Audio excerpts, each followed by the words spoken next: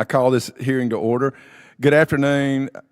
Before we start, I'd like to take a moment and remember all the casualties from Operation Epic Fury, to include the 6 fallen airmen from last week's tragic crash of Zeus 95. Our thoughts go out with the family members. We mourn each of them. The KC-135 community is a large one, and this loss has reverberated across that family.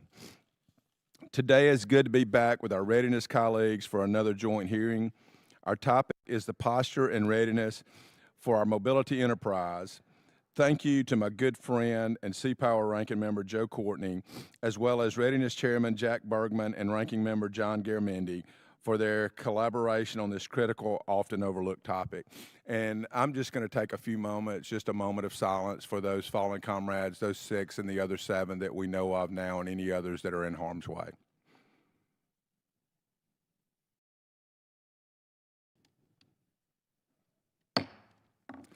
The United States Transportation Command and Maritime Administration, TRANSCOM and MARAD, provide vital logistic capabilities and support our force projection to help overcome the tyranny of distance. It's only getting harder to move and sustain our equipment and our people across these vast distances. However, this mobility is the foundation of our ability to project peace through strength. This challenge will require both organic and commercial logistics capability. Within the Sea-Power jurisdiction, the subcommittee continues our strong support for the Tanker Security Program as well as the Maritime Security Program. The FY25 NDAA strengthened these programs, and we stand by to provide any additional statutory changes that assure our access to critical sea-left capability for liquid and dry cargoes on U.S. flagged and U.S. crewed commercial vehicles. I think it was General Patton who said, operations are for amateurs, logistics are for professionals. General Reed, I know that you understand how important logistics are to our nation's armed forces. The same with you, Mr. Carmel. It is so important that we get the logistics piece right, whether that is getting there or getting back there or resupplying while we're there. There is nothing more important than TRANSCOM and MARAD. I'm going to enter the rest of my statement for the record, but before I do that, I just want to pass on, General Reed has his wonderful wife, Lynn, here with him today. As someone who has served, I understand that our family members, especially our spouses who endure our careers and allow us to do the jobs that we have to do, I cannot thank you enough. Your service is as great or greater than the service members that you allow to serve. And so I just can't go without saying thank you for being here today, as I'm sure you have been a partner throughout General Reed's career, and we thank you for that. And with that, I recognize my friend Joe Courtney. Thank you, Chairman Kelly. And I also want to begin by associating my remarks with your words of condolence and sorrow, particularly over the loss of the KC-135 air crew and all the families who've lost service members in the war in Iran. This committee has jurisdiction over the tanker program and the work of its pilots and crews who do so much important and complex operations for our national security, and their service, which sometimes is not maybe that well known, deserves all of our support and appreciation for what they do, not just for our armed services, but also for our country. And again, I want to welcome both witnesses here as well, General Reed and Mrs. Reed, for being here. Our new MARAD administrator, Steve Carmel. Again, we had a great visit a few weeks ago, and I'm very excited about the fact that someone with your incredibly strong background in industry, is at the helm of this position, and I think a lot of us all kind of think alike, and hopefully we're going to do good things together. So again, thank you for your appearance today. Again, we hold this hearing every year, and sometimes it does feel a little bit like Groundhog Day because some of the recurring challenges are sort of revisited year in, year out. What I would say is the good news is there is strong bipartisan support for recapitalizing the Sea-Lift program, which Trent mentioned in his opening remarks, and the same holds true for our airlift programs as well, which particularly, and hopefully we'll talk a little bit about the C-17 age right now in terms of where that stands in terms of our future priorities. Again, this subcommittee remains committed to moving these priorities as fast as possible. Again, I would just, again, for the record, note that in the FY17 National Defense Authorization Act, we were the first to mandate the use of vessel contract manager models for ship construction, and we're seeing great success with the Merchant Marine training ship recapitalization program, and we have legislated over the last 2 years extending those authorities to the National Defense Reserve Fleet, and also for landing ship mediums, which the Secretary of the Navy just announced a couple weeks ago that they are actually going to move forward again using the VCM model, which really I think shows great promise in terms of speed and affordability in terms of ship construction. Again, I would just end by noting what I mentioned a moment ago, which is that the C-17 cargo planes, which have been workhorses for decades, are starting to get a little long in the tooth, and we need to start having a real conversation. Hopefully, it will spread to other committees and the defense committees in terms of, how we, not get in a situation where we're doing service life extensions ad nauseum for, platforms that really cost a lot of money to sort of keep in the air. So again, I want to recognize our friends from the Readiness Subcommittee, who again are very passionate and active in this portfolio. And with that, I yield back. Thank you, Ranking Member Courtney. I now recognize Mr. Bergman, who is not here. If I ask unanimous consent that his opening statement be entered for the record, as well as my completed statement from earlier. And with that, I recognize Mr. Garamendi. Thank you, Mr. Chairman. Welcome, Mr. Carmel. Delighted you're with us. Appreciate the conversation we had, and look forward to continuing that conversation. General Reed, your lovely wife behind you brings you even more attention, and we appreciate your meeting when we had an opportunity to discuss many of these issues. I do represent Travis Air Force Base, so this issue of refueling is very, very much on my mind, as well as the C-17s and other transport aviation assets. Joining my colleagues here in acknowledging our service members that have died in the most recent conflict in Iran. Our thoughts and prayers are certainly with the members, their families, and others who are continuing to serve. Whether transporting cargo, refueling assets, or sustaining our forces, men and women support our mobility enterprise, both in uniform and out. It's a critical source of our nation's strength. I'm grateful that the subcommittee's meeting again jointly. I really enjoy the company of Mr. Kelly and Mr. Courtney, and of course our chairperson on the Readiness Subcommittee. Unfortunately, I think you used the word Groundhog Day. It seems as though we keep going back over the same turf, and do we make progress along the way? I think the answer is yes, we do. We have a better understanding of the issues. The solutions are out there. The C-17, as just mentioned by my colleague, Mr. Courtney, is but one example. The KC-135 is even older, Joe. And unfortunately, the accident that did occur and the related deaths came from one of the airframes came from Beale Air Force Base. That was the airframe that survived that incident. So where do we go from here? I guess I awoke in the last couple of days. I'm going, the Secretary of Secretary of War did what? He applied for a Jones Act waiver? Why? What's that all about? I want to get into that in much more detail. You just can't take a Jones Act waiver and say, okay, we're going to do it. Waiving for what, where, why, how, and what was the problem that was going to be solved here? We really need to find out. The committee generally, and certainly in my own role, has been to support the Jones Act. It's critically important, and it relates directly to the issue of the SHIPS Act. And Mr. Kelly, thank you so very much for joining with us in being one of the 4 principal authors of the SHIPS Act. So what's going on here? I don't know if you have the answers, General Reed or Mr. Carmel, but if you do, please share with us why is there a waiver of the Jones Act. So let's just spend a moment on the SHIPS Act. If we're concerned about moving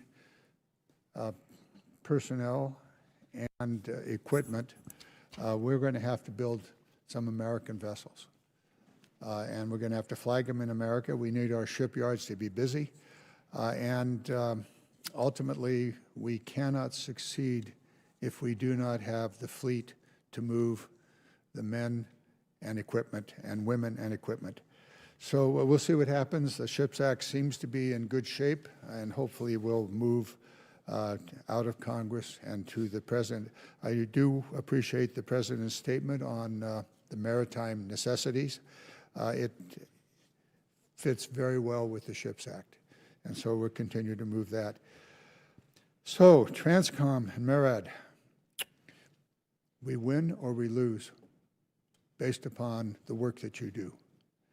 Mr. Carmel, you had some different ways of looking at how to build our fleet.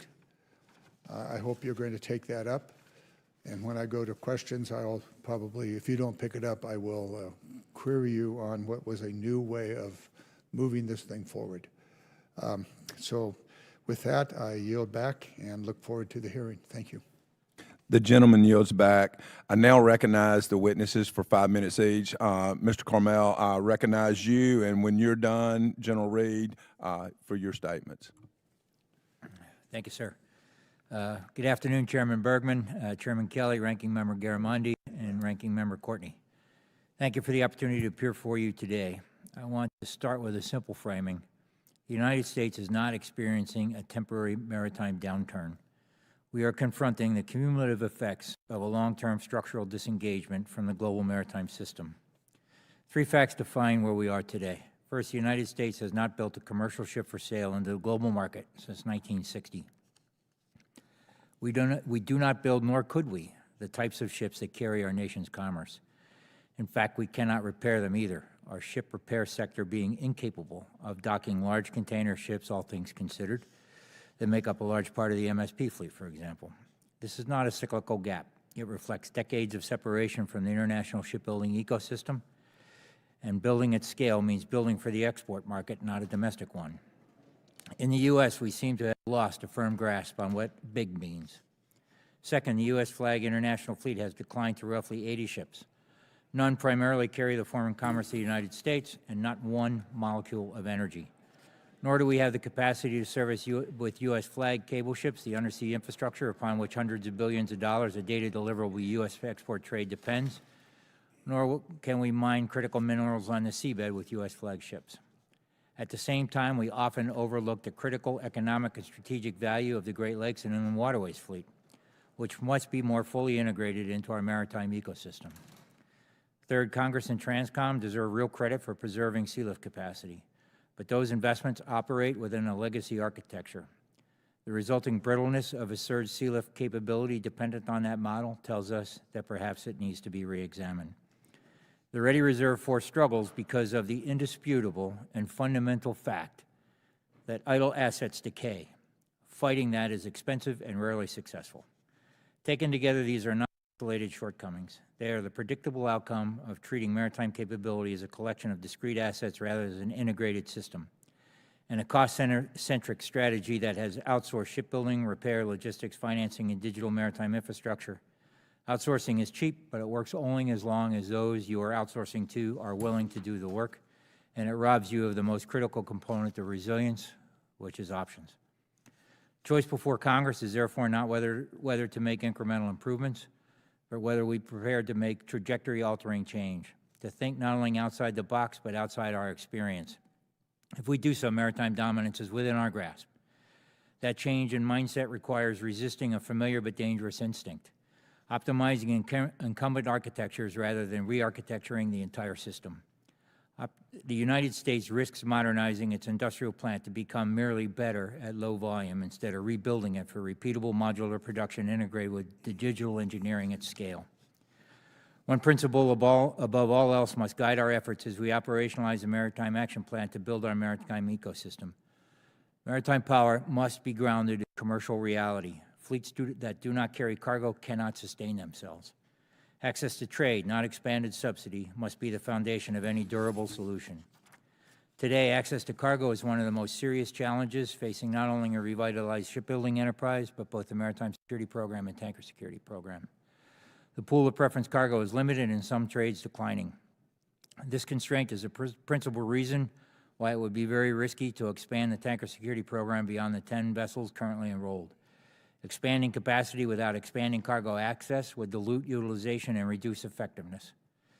The same constraint places increasing pressure on the Maritime Security Program carriers. Efforts to improve reserve force readiness through activations draw from the same limited pool of preference cargo on which MSC vessels depend.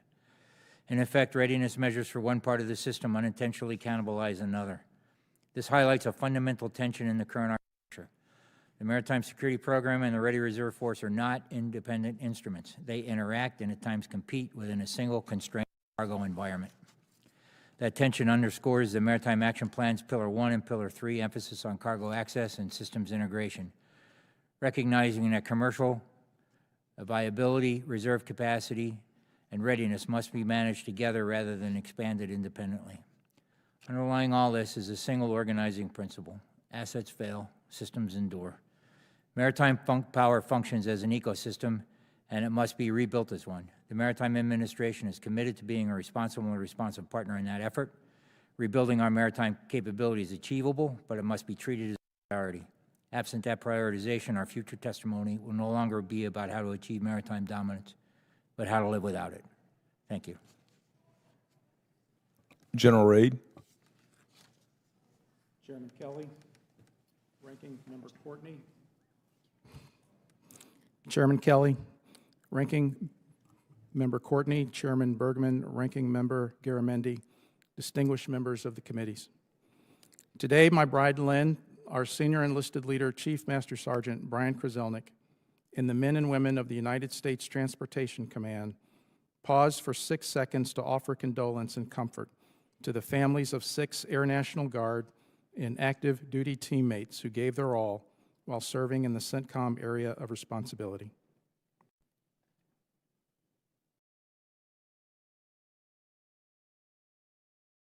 As thousands more continue projecting, maneuvering, and sustaining the joint force globally via airways, highways, sea lanes, rail lines, pipelines, ports, and cyberspace, our resolve is unbreakable. We are ready, united, and decisive, and together with your support, we will become ever more ready so that we will always deliver. Thank you for the opportunity to represent U.S. Transcom and the opportunity to answer your questions. Thank you, witnesses, and thank you for appearing here. I'll start with questions myself. General Reed, thank you for visiting with me, and as we discussed and was demonstrated in Operation Midnight Hammer, air refueling is a critical enabler for the entire joint force. Too often, tanker capacity is treated as a follow-on consideration rather than a foundational requirement. As we evaluate future force structure, whether adding bombers, sustaining a future 24/7 airborne command and control like Looking Glass, how are you assessing tanker requirements up front, and do we currently have sufficient tanker capacity to meet these demands, and if not, what additional capability or capacity is needed? Thank you, Chairman, for that. The principal role of air refueling and airlift within U.S. Transcom is to serve as the immediate force. This is when we need to be the most responsive. This is when we need to get the joint force moving the fastest. And the best way to do that extended at range is through air refueling. Currently, the air refueling fleet is the most stressed fleet that we have, but it is the one that I use the most to actually set the conditions to get the joint force on the move. Midnight Hammer showed just how much it actually takes to move the joint force at speed, and we continue to see that each time we engage in operation. As we go forward, the largest challenge and the largest concern that I have is the survivability of the fleet. The adversaries continue to advance in their ability to see us and to affect us. And so with that, we continue to press for increased connectivity of the fleet to be able to get information inside the airplanes to the crews so that they could see what's happening around them, that I can give them direction and control, and that they can be more responsive. Something else that absolutely has to happen, and I appreciate your support, is the continuous recap of the fleet. Right now, it's currently the KC-46, and I ask that we continue to spend for that. Thank you. Retired Admiral Gary Ruffhead recently wrote an article in Real Clear Policy about the importance of government cargoes for U.S. maritime presence. I ask unanimous consent to enter the article into the record. Without objection, so ordered. General Reed, given TRANSCOM's reliance on the tanker security program for surge capacity, how are you ensuring reliable fuel procurement and supporting TSP operations for a contested environment, and are there any gaps that could limit availability? The gap that we have is that the fleet as it stands now is incredibly small, but just as we heard before, cargo is all important. And so we in TRANSCOM are trying to do what we can within the authorities that we have to increase the opportunities for that. We continue to explore any and all possibilities that we may have through exercising as well. But as we go forward, we are going to have to find ways to expand the fleet. And again, General Reed, and I'm trying to get to you, Mr. Carmel. I'm not ignoring you. The Mobility Capability Requirement Study has been an invaluable resource, and I commend your team for the depth of analysis over the past 35 years. As we look at the most demanding scenarios for bombers, airlift, and tanker operations, have those stress cases been validated against the current assumptions of the MCRS, and do they accurately reflect the demands we would face in a high-end conflict today? And as an aside, does DOD realize an aircraft floor is not an aircraft ceiling? Thank you for that question, and thank you for the credit for the work for the last 35 years. We are currently, as we speak, running through the next study, which is due to you early next year. It will take into account emerging threats that we see. It will also take into account the experiences that we've seen in the last 2 to 3 years. Once that study is complete, it will inform what changes we need to make, and we'll come back to this committee with those findings. Thank you. And Administrator Carmel, thank you for meeting with me. And in our meeting, we discussed the tanker security program and maritime security programs. Do we have sufficient government cargoes to make these programs effective? And what risks do any shortfalls pose to their long-term viability? Thank you, sir. As we discussed, we do not have enough cargo, government preference cargo. As I mentioned a few minutes ago, the tanker security program that limits potential growth. General Reed and the TRANSCOM team are great partners with us in industry, and we all understand that we have a problem we have to solve.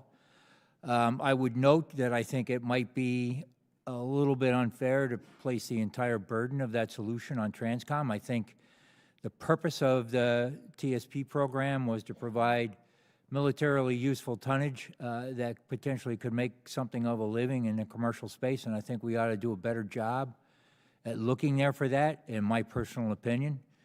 That cargo is there. The solutions are all around us. It requires a different way of thinking about how to go about cargo, so it's not just a General Reed, you need to produce more military cargo. There's other ways to do this, and we're going to get there.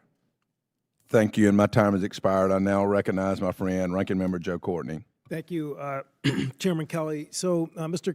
Carmel, again, your testimony was actually quite impressive in terms of just, laying out a different type of vision that we just got to get out of, sort of the rut that we're in that's constraining the growth of shipbuilding and the maritime sector. We talked a little bit a few weeks ago about the fact that, a national maritime strategy really is the best way to kind of, paint the picture so that, different parts of the government, not just Transcom, can really work towards achieving that goal of expanding capacity. What's your view of a national maritime strategy right now in terms of, and do you see one coming together that, again, is going to help guide Congress and the country? Thank you for that question, sir. And actually, I do. I feel, highly encouraged. A national maritime strategy is an all-of-government approach. The DoD should not be primarily responsible for maintaining the U.S. flag merchant marine. The merchant marine is here for two reasons. First, to carry our nation's commerce, and second, to carry the nation to war when we need to. Full stop. That's what we're here for. And we need to focus more on the first part. I had a great conversation with Commissioner DeBella yesterday from the Federal Maritime Commission. I think there's awesome opportunity there for us to work with the FMC to develop a more viable base of commercial cargo. We've had great conversations with the Department of Commerce, again, on finding commercial cargo that can help sustain our fleet, and the folks at OMB, National Security Council. So all of those people working together, I think, we are coalescing to a common view that we are not going to succeed unless we get a grip on carrying our nation's commerce. That's what we're here for. And if we can do that, the second part of carrying us to war works well. So I'm very optimistic that we are going to get there. Good, because I know, this idea of a national maritime strategy is something that your predecessors, who've been very sincere and committed, are also focused on. Do you sort of envision this sort of coming together, like in the next year, 2 years? Is that, because it involves all of government, really, as you were just describing. Yes, sir. I do envision it. In fact, I'm driving for it. If I accomplish anything before I leave here, well, there's a lot of things I want to accomplish before I leave here, but that is one. The one thing I absolutely do not want it to be is a PowerPoint presentation no one reads. Right. We are going to produce a maritime strategy that gives us a maritime industry that works, and we don't have to come back to this 10 years from now and do it all over again. You mentioned it yourself. We got to stop this starting and stopping and over and stuff like that. We're going to do that. You look back in history, there was a national maritime strategy that was developed in the 1930s, and actually it provided, I think, the infrastructure for, a nation, that entered a world war. So I think, again, I think you'll have strong support on this subcommittee in terms of helping in any way possible to achieve that goal. General, again, I mentioned the C-17 situation, which, we spent a lot of time on tankers over the years, and we still should, as John points out. But maybe, again, if you could spend a minute just talking about, where you see the C-17 fleet and, what the prospects are for really starting to look at recapitalizing, that important part of, your portfolio. Thank you. C-17 is a fantastic platform, and it's been around for quite some time. I remember as a lieutenant standing on the ramp at McCord, watching this new plane actually arrive. Since then, we continued to build it for a while, but we've used it an awful lot in 30-some-odd years. Right now, the average age of the fleet is about 22 years. My concern is the length of time that it actually takes to design and field a new platform. And so with that being said, the time is now to get started on what comes next. Actually, you're a pretty young guy, so I think using your own experience. But no, I think your point is extremely well taken, and I think that it's something, again, our subcommittee should be looking at in terms of creating authorities to move an enterprise like that forward. With that, I'll yield back. Thank you, Mr. Courtney. And we actually had that discussion in my office yesterday. So I now recognize the gentlelady from the Commonwealth of Virginia, who is such a great member of this committee, Ms. Kiggins. Thank you very much, Mr. Chair, and thank you to our two witnesses for being here today. It's great to see both of you again. I appreciate the work you're doing, especially to be loud and staunch advocates for shipbuilding and ship repair. We're doing a lot down in Hampton Roads, where I have the privilege of representing, so it's a team effort, and I look forward to continuing that mission that you're on. But Wanted to talk a little bit about connectivity. I know that when we've had debriefs from battle group commanders that have come back from extended deployments, especially most recently to the Red Sea, we had the opportunity to meet with the USS Ford and Eisenhower's commanding officers, and for them to listen to the importance of Starlink and connectivity and what that meant for just receiving messages from home on the personal side, but then on also the warfighting side and what that looked like. So General Reed, if you could talk to us a little bit about what that communication piece looks like, that connectivity, how you are and what resources you're utilizing and what you might need more of to make sure that those lines of communications and that connectivity is where it needs to be. Thank you for that. The current challenge that we have is, for the most part, the line of communication that we have is from site to site. What we need is the means to be able to communicate when we're so far apart that we can no longer see each other. Beyond line of sight is really key for us. There are a number of things that are available for us to be able to get that done. Thankfully, the Air Force is investing in that for us, but there's a lot of work to be done for that.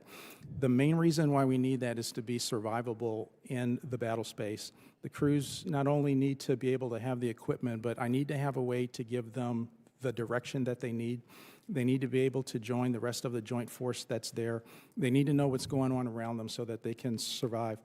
The added potential to this also is when we engage in the movement of the wounded, and being able to have crews on board that can connect to the physician on the other side to be able to have continuous care and be aware of what's wrong with them is key. And once we get that done, I think we'll see that we can save actually more lives in the future. And do you have any specific requests or ways that Congress can be helpful in accomplishing that goal? For the funding streams that we have currently, I just simply ask that we continue those. There cannot be a break in that. Thank you. Okay, great. We can work on that for sure. And then, Mr. Carmel, you've stated in the past that United States flagged ships carry almost none of our international commerce. And the U.S. government maintains several programs to encourage the maintenance and acquisition of American vessels, such as the Maritime Security Program and the Tanker Security Program. So can you speak to the relationship between these programs and how they relate to international commerce? Thank you for that question, and it is something that I think sometimes causes a little bit of confusion when I say things like that. So the Maritime Security Program and the Tanker Security Program are designed to produce assets available to General Reed and Transcom for military transportation, not primarily to carry the nation's commerce. To the extent they carry the nation's commerce, it is a byproduct of carrying military cargo with excess space. So the focus is a little bit different. And you can actually see it when we go to flag a ship in. The first question that's asked is, what's the military utility, not what is the commercial utility. And in fact, there's a separate set of rules for flagging ships in under the Maritime Security Program that make it easier than if you are flagging in ships for commercial trade. I'm not quite so sure that I understand that, and I think in terms of regulatory reform, that ought to be something we ought to talk about. But that is, in fact, what happens. It's easier to flag a ship in under MSP rules than it is just for general commercial trade. So a ship that is designed to carry cargo primarily for international trade, first and foremost, is going to be a heck of a lot bigger than what's in the Maritime Security Program. You know, to be militarily useful, they're also, by international standards, relatively small. Hence my comment in my opening statement that we've kind of lost a bubble on what big means in this country. And so they're different types of ships. They do different things. And for the Maritime Security Program and Tanker Security Program, to the extent they carry commercial cargo at all, it's just an artifact, not the principal purpose of the ships. I appreciate your answer. Thank you very much. And just as an aside, in my last few seconds, just want to say thank you for the work you're doing to support the U.S. Merchant Marine Academy and our 6 state maritime academies as well. And I know Congress has approved and appropriated funding for the national security multi-mission vessels, 5 of them, I believe. So look forward to continuing to support that and all of our young men and women who choose to serve there. But thank you for the work you're doing. I'll yield back. Gentlelady yields back, and I'm going to take a point of personal privilege. I think we have 4 cadets from the Virginia Military Academy From VMI, is that right? No. Oh, Virginia No. Tech, Yeah, right? from the Virginia Tech Corps Cadets. Cadet Corps. Would you please stand? You look so great in your uniforms, and it is so great to have young people willing to serve this great nation. And since I screwed up where you're from, I think I do know how to say "Go Hokies," right? All right, thank y'all. I now recognize Mr. Garamendi. Chairman, if I may, one day you could be me. Thank you.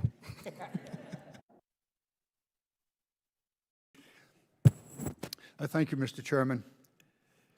Let's get down to the one part of the national maritime strategy that does exist, that does create opportunities for shipbuilding and for mariners, and that's the Jones Act. Recently, there was a request by the Secretary of Defense to waive the Jones Act. And so, General Reed, needless to say, I'm rather concerned about this waiver. The Jones Act does provide the opportunity for some ships to be built militarily useful or altered in some way to be militarily useful. But this waiver came out of the blue, as near as I can find. Were you part of the decision made to this waiver? Were you consulted? Chairman, I was not consulted, but I will tell you that the letter, as I understand, that went to the committees came from acquisition and sustainment. That's actually the level that has the authority for that. If for some reason within my authorities I needed excess help, that is not the lever that's available to me, but I have some additional ways that I could get additional help, but that one does not reside with me.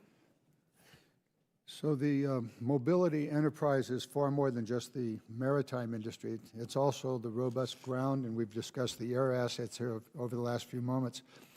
Was there any indication to you or any information to you that those resources were insufficient to meet the needs, for example, the fertilizer industry and the other products that are referenced in the notification?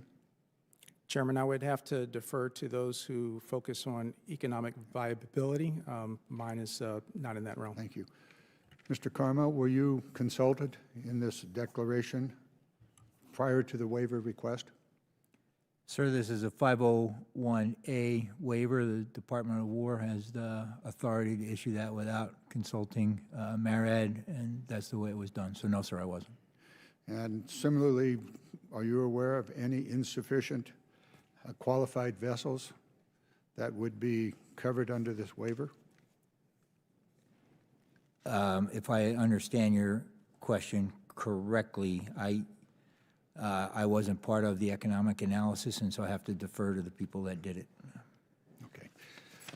Needless to say, the waiver creates a huge opportunity for loss in our maritime industry. If that waiver moves forward, and you've already discussed the role of the military as providing cargo, and when this waiver brings that right into our home ports. So it's possible that we're going to have foreign ships up and down the Mississippi River, possibly, or some other areas of the United States.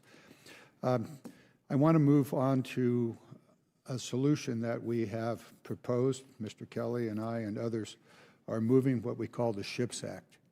In the SHIPS Act, there are issues that are similar to those discussed here.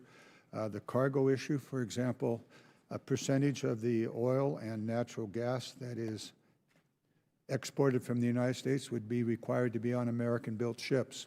So the tanker security program would be augmented, or at least the purpose of it would be met by American-built ships, American-flagged, that would be carrying LNG or petroleum products. Perhaps as many as 40 ships over the next decade, perhaps even more, considering the export that the United States has. I want to bring to the attention of the committee that much of what we're going to be discussing here is answered in the SHIPS Act. I won't go into detail. Mr. Carmel, in our discussion, you suggested there was an additional way to provide for the fleet necessary to support the American military. And you suggested that be that we waive into the program ships and then cycle them in and out. Do you recall that discussion? And Yes, sir, I you're do. going to have to answer it with some other, my time has expired here. But I do want to come back to it and discuss that with you. Yes, sir. Thank you. Yield back. Thank you, Mr. Garamendi. I now recognize the gentleman from Michigan, Mr. Bergman. Thank you, Mr. Chairman, and thanks to our witnesses. Great to see you both again. I know, as I've met with you on more than one occasion, you don't try to sell us a bill of goods up here. You tell it like it is, and we really appreciate that. Mr. Carmel, MARAD has previously indicated a significant shortfall of qualified mariners needed for a full mobilization.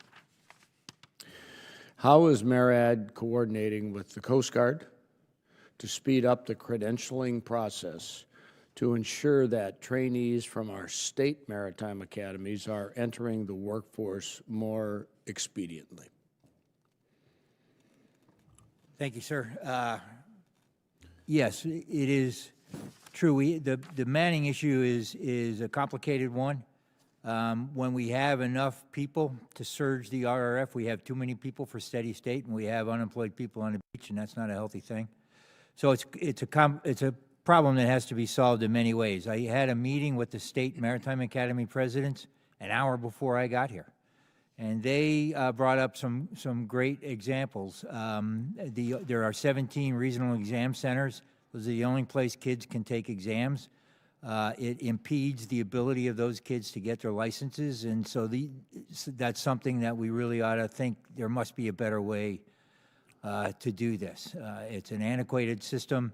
Same with processing paperwork for mariner documents. Not every mariner is a licensed officer. We can't forget those guys, and we need to make things easier for them, military to mariner programs, all that.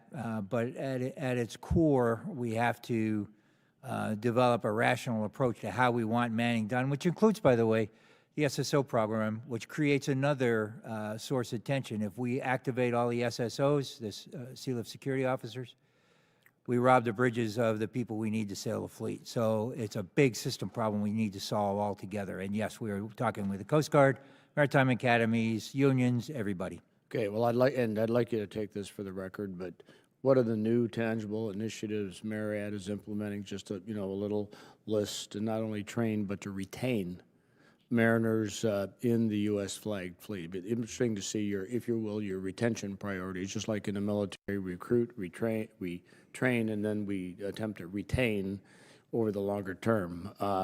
General Reed, as the single manager of global bulk fuel delivery and management, TRANSCOM must balance the tyranny of distance and the potential for contested logistics in the Indo-Pacific theater with increasing demands of distributed maritime operations. How is TRANSCOM addressing the vulnerabilities in the bulk fuel delivery and the storage infrastructure in Indo-PACOM theater?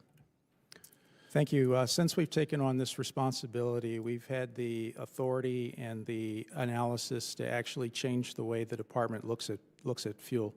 One of the largest tools we have now is a bulk fuel feasibility assessment, and it is something that I'd be happy to come back to you in a separate setting, step you through that. In conjunction with the geographic combatant commanders, we take a look at their requirements, we take a look at the situations they might face, and then that informs us on the way forward. Some of the things that we've discovered in that is we absolutely need to find a way to invest in a mixed fleet for fuel to include smaller sized vessels with a shallow draft. Okay, and one more, in the FY 2026, NDAA designated the commander of TRANSCOM as one of 3 senior officials responsible for the integration of global contested logistics posture management. How are you working with the DEXEP deaf, that the tongue's not working too well here. Too many syllables, and the Vice Chair of the Joint Chiefs to mitigate the risks related to that contested logistics.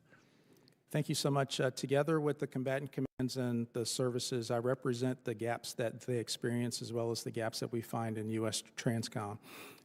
Working through and with the Vice Chairman representing the advice of the Chairman, it's a very strong relationship with the Deputy of the Department who actually drives the resourcing, which is the most important part.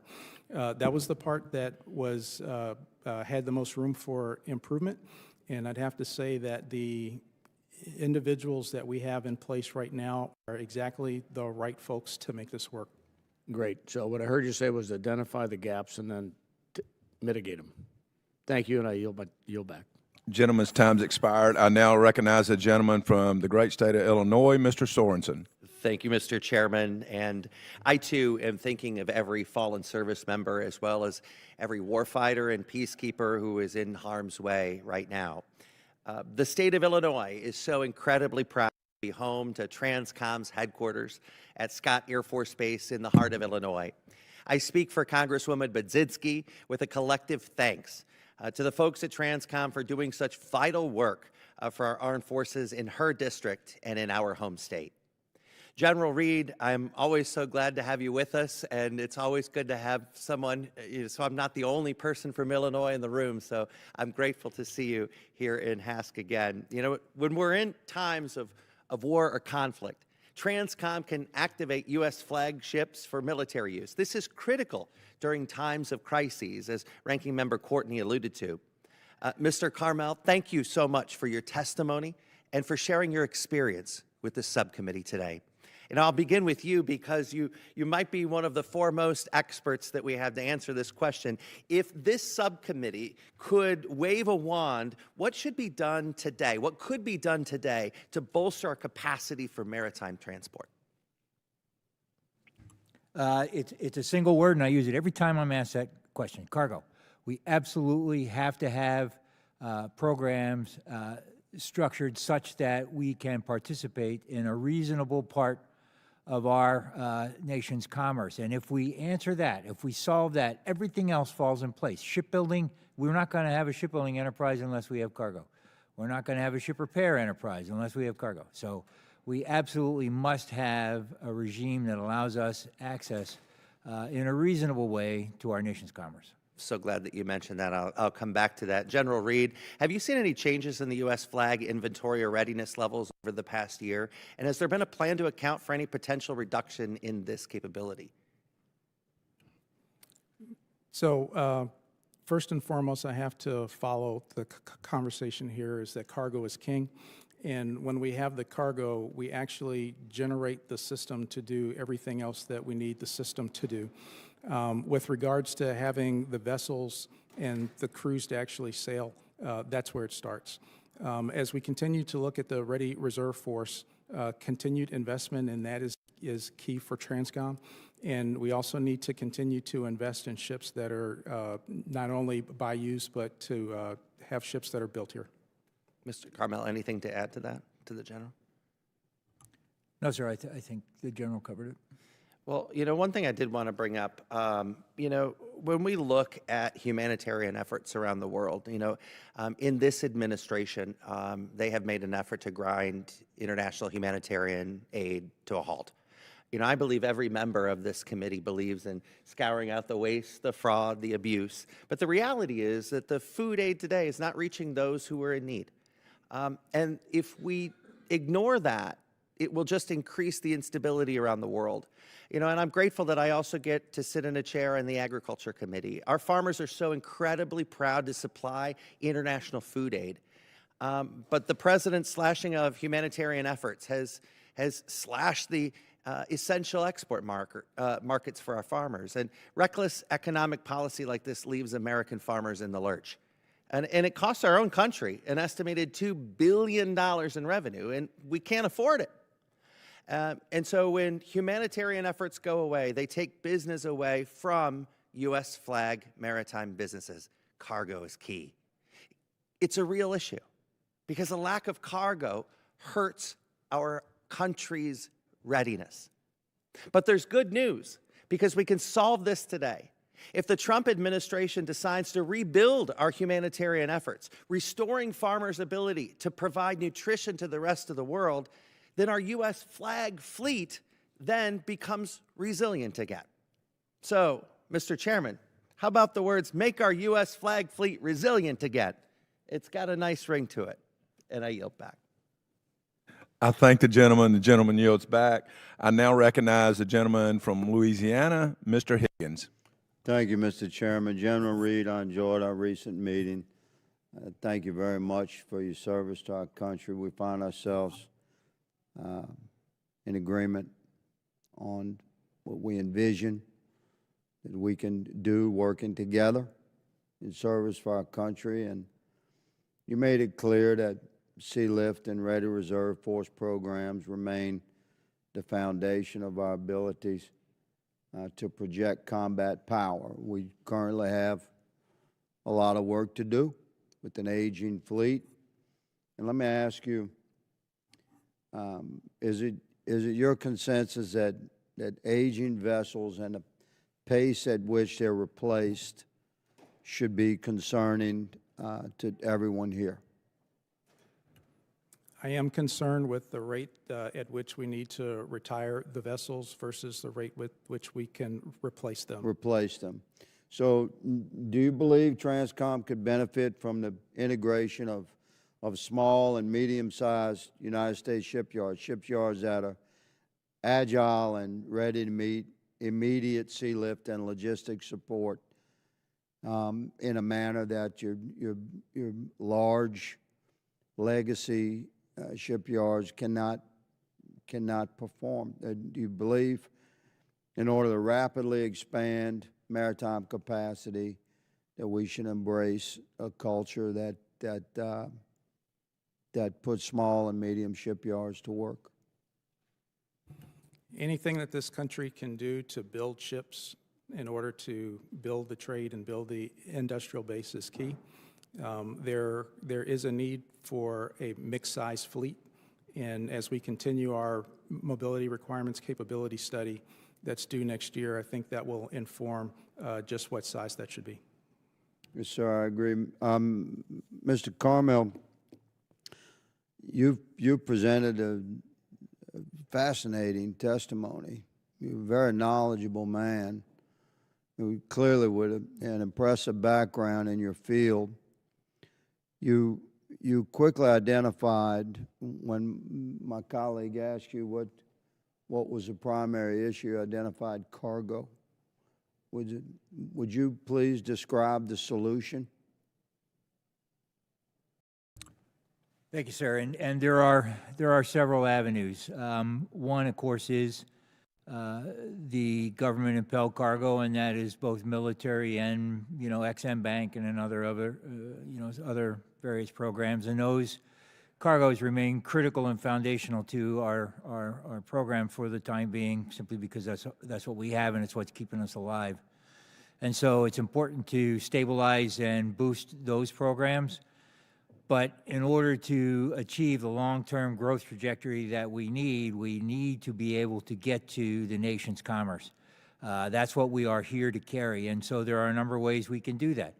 If we were considered as part of trade deals, and the Maritime Action Plan actually mentions things like this.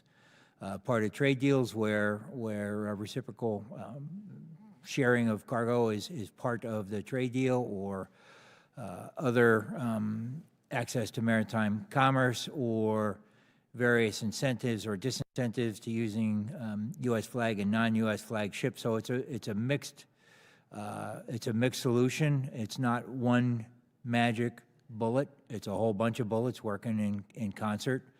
But at the fundamental core, we have to be able to carry some reasonable portion of our own commerce, both export and import, I would note. I know the Congressman mentioned exporting oil on U.S. flagships. I would mention we have a vigorous two-way trade in oil, and we import an awful lot of oil, too, that we ought to consider. That's a fascinating assessment, and there's a lot of moving parts there. Yes, sir. And it's not easy to look over the horizon and envision a complete solution to the quandary we find ourselves in, and maintain commitment to the principles that we've established regarding American flag vessels and American crews and American ports. The efforts that we put forth here, and I thank both chairmen for holding this hearing. I have several questions to submit to each of you in writing, because there's some topics we need to discuss that are not necessarily comfortable, but seeking solutions. So I thank you each for being here. My time has expired, Mr. Chairman. I yield. I now recognize the gentleman from the Commonwealth of Virginia, and also a former chair of this subcommittee, and I now recognize Mr. Whitman. Well, Chairman Kelly, thank you, and I want to again recognize our Corps Cadets members here from Virginia Tech. Go Hokies. Appreciate what you all do. I remember very fondly my days there on the Upper Quad as a member of the Virginia Tech Corps Cadets, Bravo Company, 1st Battalion, Ut Prosum. And for those that don't know, that's Latin for that I may serve. So hats off to you, ladies and gentlemen, for what you do. We're very blessed to have these Corps Cadets members here with us today. As you can tell from their insignia on their collars, they're from across the spectrum. At Virginia Tech now, there's Navy ROTC, Air Force ROTC, Army ROTC, and Leadership Track Studies. So everybody there is going to come out of the Corps Cadets as this nation's future leaders. So ladies and gentlemen, thanks so much for your leadership. Thanks for joining us today, and you get to see how the sausage gets made up here. So we appreciate that. Well, Mr. Chairman, I want to thank our witnesses for joining us today. And General Reed, I'll begin with you. We know, listen, 90% of our equipment and supplies move by sea during times of conflict. We know that in order for that to happen, we have to have vessels. We need merchant mariners in order to make that happen. And as we've heard from both you and Administrator Carmel, we don't have that. And the question has been enduring. How do we get back there? I know Mr. Courtney and I have been talking about this, as well as Chairman Kelly, for too long, way too long. But it's about making things happen. Chairman Kelly, thank you for the Ships for America Act. That really is what leadership is about. So the challenge is how do we get pieces of legislation like that going forward? How do we get those things in place? How do we make sure we enable you, both of you, to do the job that you need to do? You all have identified to us not only the problem, but what are some of the solutions? You know, I want to understand, too, the world of reality. General Reed, if there was a conflict that broke out today in the Indo-Pacific, would TRANSCOM have the capability to pursue and sustain logistical support in that theater of operations? The first thing we would do would be to put together the entire fleet. I would ask to get every guardsman and reservist that we require, which is clearly 2/3 of my force, and put them in the air and put them on the seas. For the Ready Reserve Force, I would generate every ship that we have, and I would do whatever it takes to make sure that it gets going on its way. The Ready Reserve Force is what we use for that initial surge. The rest of the sustainment actually comes from the commercial fleet. And thanks to Captain Carmel, he's going to ensure that I have everything that I need for that piece. For the sea lift, when it comes to the humans to actually crew the ships, we do feel that we have the force that we need for the initial surge. The challenge will be during a prolonged conflict and the sustainment. General Reed, thank you. Administrator Carmel, you talked about the MSP, you talked about the importance of cargo, you talked about the importance of merchant mariners, you talked about the Maritime Action Plan, all the pieces that are there, some of the suggestions about how do we get more cargo to be carried under the MSP program in order to sustain that, to create that demand signal. That in turn gets us the ability to do more in building more ships and training more merchant mariners. Let me ask this. You outlined some of those places where we can go, looking at trade deals to enhance the opportunities for cargo. Tell us the things that Congress can do now in this year's NDAA. Are there enabling pieces of legislation that would either give you the direction that you would need to give a little more momentum towards that? Are there authorizing pieces in the statute that you need? What are the things that this committee can do in addition to funding that will help you execute on the Maritime Security Program and make sure you get the Maritime Action Program in place and actually get the things done that you talk about? And I know that you're underway in getting that, but what can we do to give you that momentum to get it done even faster? Thank you, sir.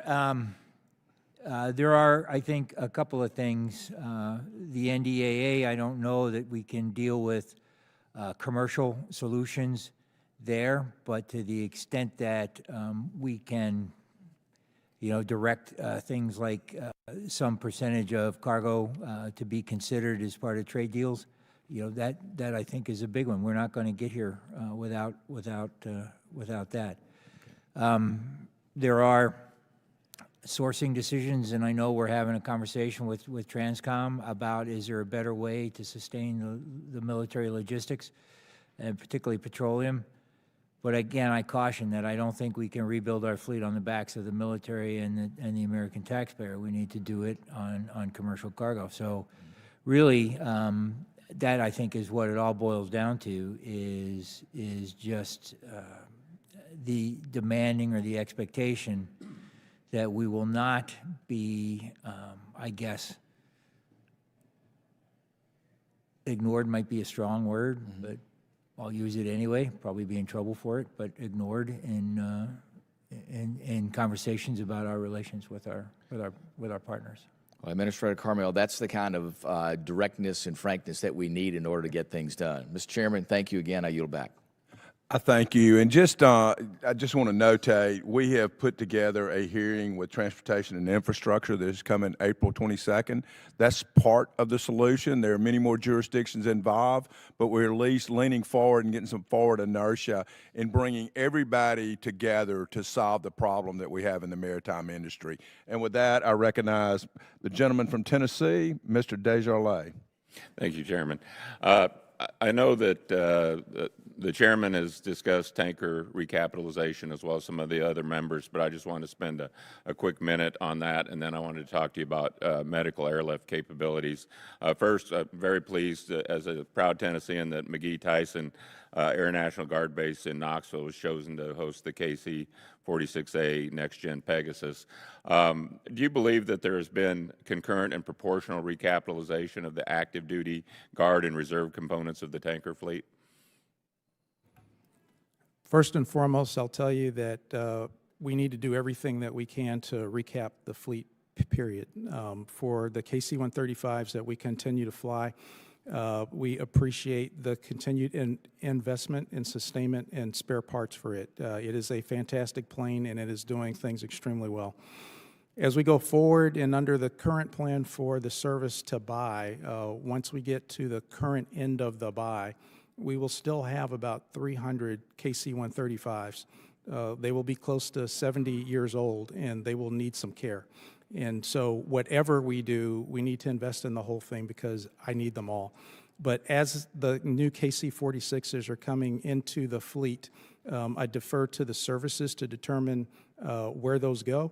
My expectation is no matter where they are, when we need them, I get them. Okay. And in terms of medical airlift capabilities, in August, Transcom participated in Exercise Ultimate Caduceus 2025, involving about 1,000 military personnel and more than 20 civilian hospitals. This operation was conducted in locations across the continental United States and areas in the Pacific. Can you speak to the Transcom's ability and capacity to conduct global patient movement at scale and in contested environments? Thank you for that. When we are called to serve, one of the first things that Transcom does is set the conditions for the force to move. And so we will distribute our forces wherever it's needed to include at the point of need. As a part of that is air medical evacuation, where we will send forward teams to care, teams to plan, and then what we do is we use any available aircraft available to actually move the wounded. We do know that we have some vacancies to fill. The service is working hard to make sure that we fill that. As we face a high-end fight, we do not know that we're going to be stressed. Okay. Well, we never want to use this capacity or want to do these evacuations. Obviously, it's critical that we be able to provide trauma care for military and civilian casualties in a contested domain. And while I appreciate that Transcom conducts these exercises regularly, does your office believe there's sufficient capability to meet requirements for large-scale combat operations in contested domains? And I'll just say, as a physician, and what we learned in the end of Iraq War and Afghanistan, that golden hour is critical. That if you can get a patient to a primary care facility within an hour, their chances of survival is about 95%. So I understand the importance of prompt and timely care for the best patient outcomes, and know how important your mission to perform medical transport is, whether it be directly related to Transcom efforts or other departments and organizations that you can partner with. What can Congress do to support your mission and patient movement, especially as we contend with potential conflicts for the Pacific and unique challenges associated with that domain? And I know that was kind of two questions, but wanted to get it all in so you had time to answer. First and foremost, continued investment in the equipment.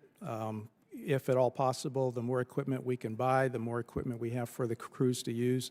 Also builds options for us to put equipment in theater to pre-position.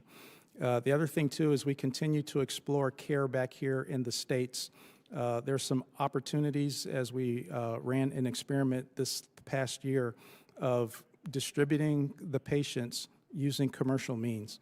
While we had a successful experiment, we're not at the point yet where we could execute a contract for that, but as we go forward, that's an option, and I'd appreciate all support once we get to that point. Okay. That's all I have. I yield back. With that, I want to thank the witnesses once again. I want to thank the wonderful spouses, our cadets from Virginia Tech. I got that right this time, for being here and being a part of this hearing. And with that, this hearing is adjourned.